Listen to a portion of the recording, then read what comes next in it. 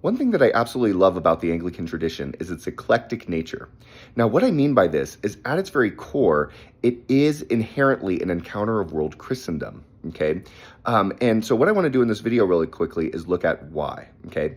Now, with that said, a quick plug, if you like the content of this channel, I do want to encourage a subscription as that can really help this channel to grow in its infancy, okay? Now, with that said, why might I say that Anglicanism is eclectic by its very nature?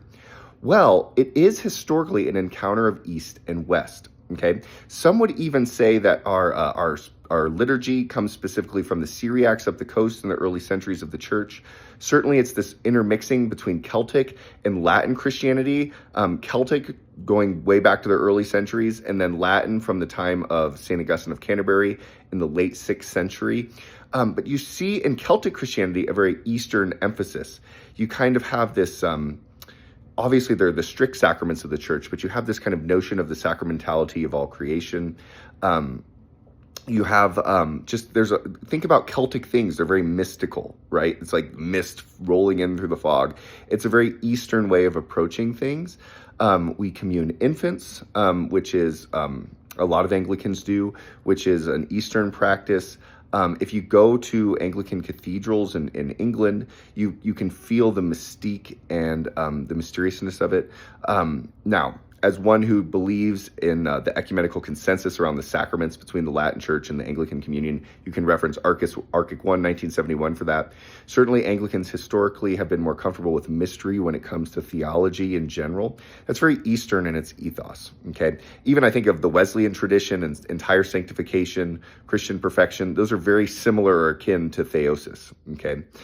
Now, we're also obviously Western. It's a philosophical tradition, all that. The sacramental theology of our church, the atonement theology is just inherently Western as well.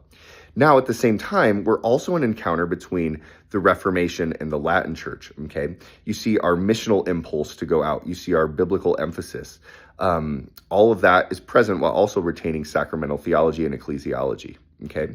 Now, we're also evangelical and Catholic, okay? So the evangelical movement actually comes out of the English tradition. It's really the Methodist movement is the original evangelical movement, which then leads to Pentecostalism and into kind of non-denom world.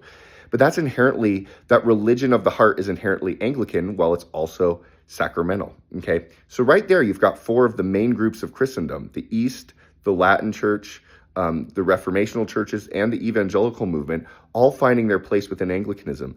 And at our best, we're an eclectic mix where we say truly Catholic and also draw from the best of these other traditions as well.